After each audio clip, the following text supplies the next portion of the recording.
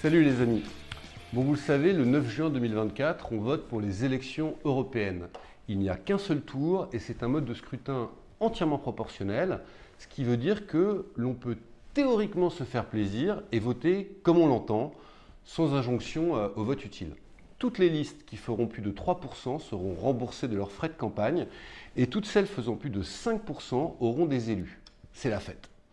C'est la fête, mais c'est aussi la foire d'empoigne, parce que, comme à chaque fois, avec une proportionnelle, on va avoir pléthore de listes. D'ailleurs, rien qu'à gauche, on en a au moins 8. Lutte ouvrière, NPA, PCF, PS, PS Place Publique, PRG, LFI, Nouvelle Donne, les écologistes. Alors, quand on est de gauche, de cette gauche de gouvernement, réformiste, républicaine, écologiste, social-démocrate et pro-européenne, quel est le meilleur choix? Je mets les écologistes à part parce que je vote rarement écolo. Mais c'est vraiment dommage qu'ils aient décidé de partir seuls. J'aurais bien aimé une alliance entre les écolos et la gauche de gouvernement. Ils en ont décidé autrement et ça va leur coûter cher. Dommage pour eux, mais en même temps, ils l'ont bien cherché. Alors pour l'instant, Raphaël Glucksmann fait la course en tête à gauche.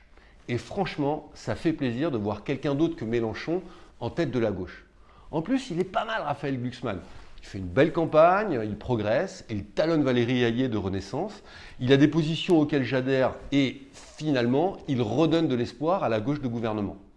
Alors le plus logique, c'est de voter pour lui. Mais c'est pas si simple. En tout cas, moi, j'ai du mal à me décider.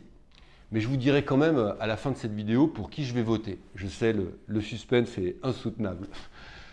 Si ma priorité est la loyauté à mon parti, le parti radical de gauche, c'est-à-dire le centre-gauche, alors je dois voter pour Guillaume Lacroix, qui est président du PRG et tête de liste. C'est normal. Mais ceux qui me connaissent le savent, je ne suis pas un mec très corporate, je tiens à ma liberté et je détermine mes choix avant tout en fonction de mes convictions. Ça me coûtait cher à plus d'une reprise et ça continuera à me coûter cher. C'est pour ça que je ne percerai jamais en politique, mais je m'en fous. Je ne vis pas de la politique et au moins je dors bien. Si je veux que mon vote, ce n'est pas une question de loyauté là, si je veux que mon vote soit réellement utile et efficace, alors c'est plus discutable. Malheureusement, la liste menée par Guillaume Lacroix est à moins de 1% dans les sondages. Donc il est fort peu probable qu'il ne parvienne à être élu. Enfin, qu'il parvienne à être élu. Du coup, si je veux qu'il y ait le maximum de députés européens de gauche à Bruxelles, j'ai tout intérêt à voter pour Glucksmann. Car si je donne ma voix à Guillaume Lacroix, elle sera perdue.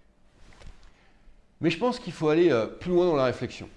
Moi, ma priorité, c'est de faire en sorte que puisse émerger une gauche de gouvernement. Une gauche crédible et constructive, garantie sans NUP et sans LFI dedans. Et Glucksmann, il n'est pas hyper clair sur ce sujet. D'un côté, il mène une campagne à l'opposé des accords de la NUP, et c'est pour cela qu'elle marche bien, sa campagne, parce qu'il incarne un positionnement hostile à la gauche braillarde et populiste de LFI.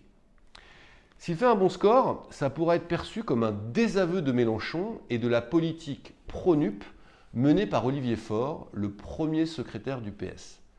Peut-être même que cela permettra aux opposants de Faure, au sein du PS, de le virer au prochain congrès. Et ça, ce serait formidable pour la gauche. Mais d'un autre côté, si Glucksmann fait un bon score, Olivier Faure pourra aussi s'en prévaloir et dire que ce bon score est le fruit de la stratégie qu'il a conduite depuis 2022, des accords NUP qui ont permis au PS de redevenir central au sein de la gauche, etc., etc. Bref, il pourra l'exploiter à son profit. Il le fera d'autant plus que Olivier Faure n'a pas remis en cause la NUP. Il a déclaré un moratoire, ce qui est très différent. Et sur la liste de Glucksmann, vous avez plein de personnes qui sont des artisans et des défenseurs zélés de la NUP. Par exemple, Pierre Jouvel, le numéro 2 du PS, le négociateur de la NUP, eh ben, il est en 3e position sur la liste de Raphaël Glucksmann. Il y a peu, j'étais à Vire pour une réunion publique autour de la liste de Glucksmann. Et dans la salle, il y avait par exemple le député PS du Calvados, Arthur Delaporte, qui a été élu grâce à la NUP et qui, il y a quelques mois encore, alors que LFI avait déjà fait la preuve de tous ses excès, eh Arthur Delaporte, il signait à l'époque des tribunes pour une liste unique NUP avec LFI aux européennes. Pardon, mais moi je déteste cette hypocrisie. En fait, Raphaël Glucksmann, il est en train de sauver les fesses du Parti socialiste. Sans Glucksmann, le PS, il serait à 2%. Je regrette vraiment qu'il n'ait pas fait alliance avec le PRG. On aurait eu une belle liste, 100% non-NUP. Mais quelque part, il s'est laissé acheter par le PS, qui dispose, il faut le reconnaître, d'un vrai réseau militant et de moyens financiers conséquents. Et je vous mets un billet que le PS, après les élections européennes, qu'il conduit sur une ligne hostile à LFI, il reviendra à la niche NUP. J'en suis sûr à 100%. À la niche.